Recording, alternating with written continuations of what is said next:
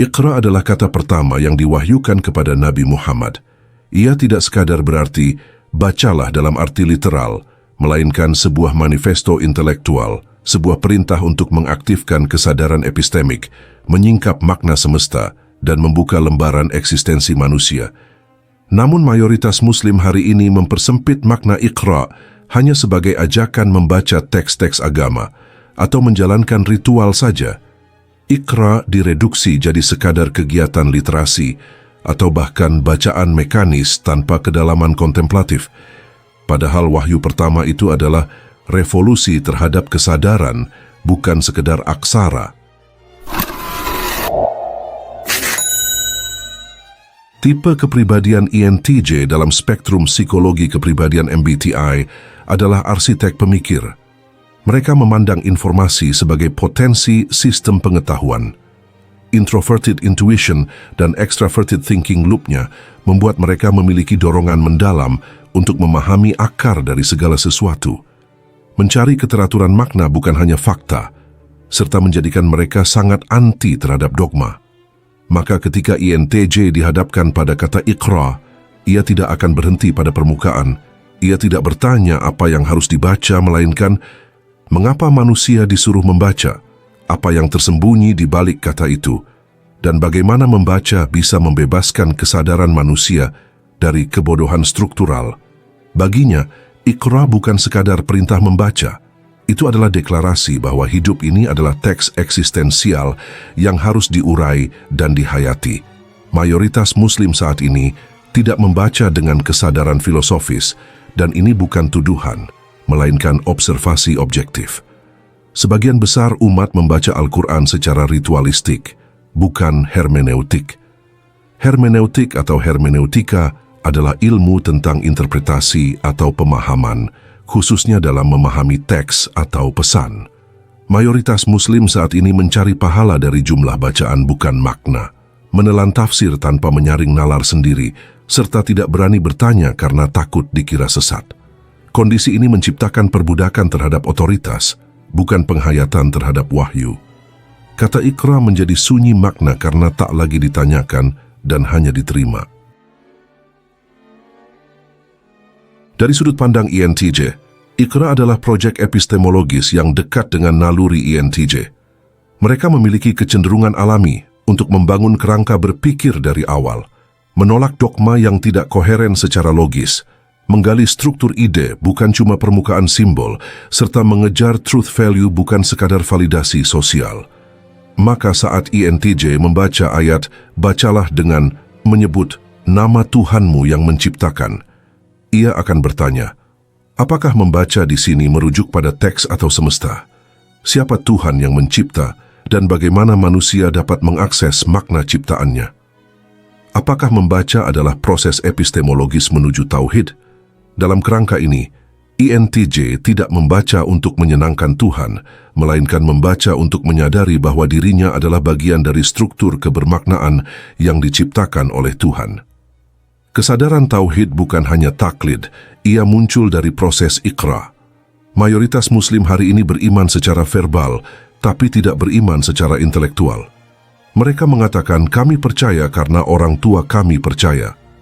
Tapi tauhid sejati lahir dari proses membaca eksistensi, sejarah, diri pribadi, dan semesta, lalu sampai pada kesimpulan bahwa segala ini tidak mungkin tanpa wujud mutlak.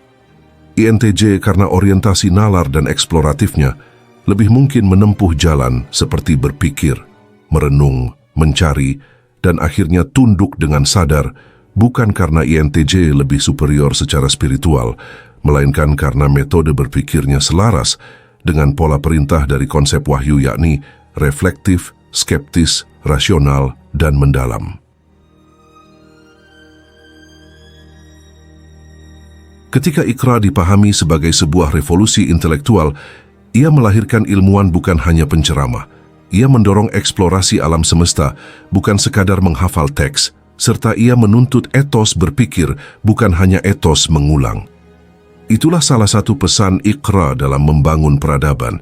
INTJ adalah tipe kepribadian yang sangat cocok dengan semangat ini. Mereka ingin menyusun teori, menciptakan sistem, membongkar kebodohan kolektif, dan merumuskan kembali makna hidup berdasarkan order of reason, bukan sekadar order of tradition. Maka sangat mungkin seorang INTJ yang Muslim memahami bahwa Iqra bukan hanya permulaan wahyu, ia merupakan motor ontologis dan epistemologis dalam peradaban Islam. INTJ bukan makhluk suci, tetapi mereka membawa kecenderungan eksistensial rasional yang sangat sejalan dengan panggilan Iqra. Dalam masyarakat Muslim yang lebih banyak diwarnai oleh rutinitas daripada kontemplasi, INTJ bisa menjadi anomali, yakni seseorang yang membaca untuk mengerti, bukan hanya untuk mengikuti. INTJ sebagai makhluk dengan kesadaran sistemik dan penggalian makna mendalam, lebih mungkin menangkap bahwa membaca di sini bukanlah tentang huruf, melainkan tentang wujud. Membaca sebagai aktivitas eksistensial berarti mengalami keberadaan sebagai teka-teki yang harus dibongkar maknanya. Dalam pemikiran eksistensialis, tindakan manusia yang sadar terhadap eksistensinya bukanlah tindakan sembarangan. Ketika Tuhan berkata, Iqra ini bukan permintaan sepele, ini adalah panggilan untuk menyadari bahwa realitas bukan kebetulan, bahwa hidup bukan sekadar rutinitas, serta bahwa ada makna yang menanti untuk disingkap. Iqra bukan sekedar aksi membaca, melainkan tindakan eksistensial. Mengapa mayoritas Muslim gagal menyadari kedalaman ini? Karena mayoritas Muslim terjebak dalam formalisme agama, menganggap pemikiran mendalam sebagai bahaya, mengutuk pertanyaan sebagai tanda kurang iman, serta lebih memilih warisan tradisi daripada membangun kesadaran. Ini adalah bentuk penyumbatan spiritual dan kognitif, yang salah satu dampak akhirnya adalah Islam kehilangan daya dorong intelektualnya karena umat hanya menghafal, bukan memahami dan menghayati. Di titik ini, INTJ datang sebagai gangguan dalam sistem. Ia mempertanyakan, membongkar dan memaksa sistem untuk menjawab secara koheren. Dan karena sistem pada saat tersebut tidak punya jawaban, INTJ dianggap berbahaya. Tapi justru disitulah dia lebih dekat pada hakikat Iqra daripada mereka yang merasa aman dalam kejumudan. Tipe kepribadian INTJ mendekati Tuhan lewat rasio. Sebagian Muslim menolak pendekatan rasional terhadap agama. Mereka menganggap iman dan logika saling bertentangan. Padahal, dalam sejarah Islam klasik, iman tanpa nalar adalah imitasi, bukan kesadaran. Karena fondasi thinking extroverted dan introverted intuition-nya, INTJ cenderung membangun keimanan dari perenungan, bukan sekadar doktrin atau dogma. Dan inilah yang diminta oleh ayat-ayat Quran sendiri. Tuhan berulang kali berkata, apakah kalian tidak menggunakan akal? Iqra adalah jalan spiritual bagi orang yang rasional. Bagi INTJ, iman bukan hasil tekanan sosial atau ketakutan eksistensial. Ia ingin percaya karena tahu, bukan karena disuruh. Maka ia menyelam ke dasar makna, menjadikan Tuhan bukan sebagai ide yang diwariskan, melainkan sebagai kesimpulan sadar dari perjalanan intelektual. Ini merupakan salah satu bentuk iman yang tangguh karena dibangun dari proses skeptis yang jujur. Inilah jalan spiritual yang paling sepi.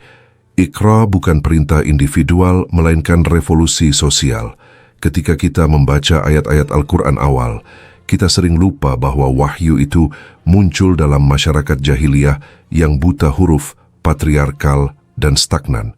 Maka Iqra adalah pukulan pertama terhadap struktur ketidaktahuan kolektif.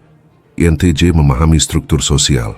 Ia tahu bahwa perubahan sistemik membutuhkan pergeseran paradigma. Maka saat ia memahami Iqra, ia tidak berhenti pada kontemplasi personal. Ia justru berambisi membongkar dogma sosial, menantang dominasi budaya anti-intelektual, dan membangun masyarakat yang lebih berpikir. Individu ini tidak puas dengan arti harfiah. Dan dengan pendekatan seperti ini, INTJ sejatinya telah menerapkan metodologi tafsir yang lebih dalam daripada kebanyakan pembaca literal. Mereka tidak hanya membaca teks, tapi juga membaca dunia, diri, dan Tuhan secara simultan. Ini adalah pembacaan multilapis yang sejalan dengan pemikiran filsuf Muslim seperti Ibnu Arabi, Al-Ghazali, dan Al-Farabi. Muslim yang hanya menghafal Al-Quran tanpa memahami Iqra adalah kontradiksi internal. Seseorang bisa hafal seluruh Quran, bisa ikut kajian tiap pekan, bisa memakai simbol Islam luar dalam. Tetapi jika ia tidak memahami Iqra sebagai panggilan kesadaran, maka semua ritual itu adalah kulit tanpa isi. Dalam Al-Quran, sesungguhnya yang takut kepada Allah hanyalah orang yang berilmu. Quran Surah Fatir ayat ke-28. Kesimpulannya, jika umat Islam mengerti makna inti dari Iqra, maka dunia akan berubah. Jika umat Islam berhenti memperlakukan agama sebagai identitas sosial dan mulai menjadikannya proyek kesadaran personal yang mendalam, maka Iqra akan hidup kembali. Akan lahir pemikir, penemu, pembebas, dan pembangun peradaban. Islam tidak akan lagi jadi simbol budaya, melainkan kekuatan kognitif, spiritual, dan moral yang mencerahkan dunia. Jika umat Islam ingin membangkitkan kembali kejayaan intelektual, mereka harus berhenti membaca dengan mulut saja dan mulai membaca dengan akal dan jiwa juga. Karena Iqra bukan terbatas hanya ritual saja, melainkan juga merupakan sebuah langkah pertama menuju kebebasan pikiran dan perjumpaan hakiki dirinya dengan Tuhan. Baiklah, kalau begitu seperti biasa, terima kasih sudah menyimak sampai sini. Jangan lupa subscribe Jeda Sibuk. Nantikan pembahasan saya selanjutnya. Saya, si ganteng dan tampan Fernando Widono. Sampai jumpa.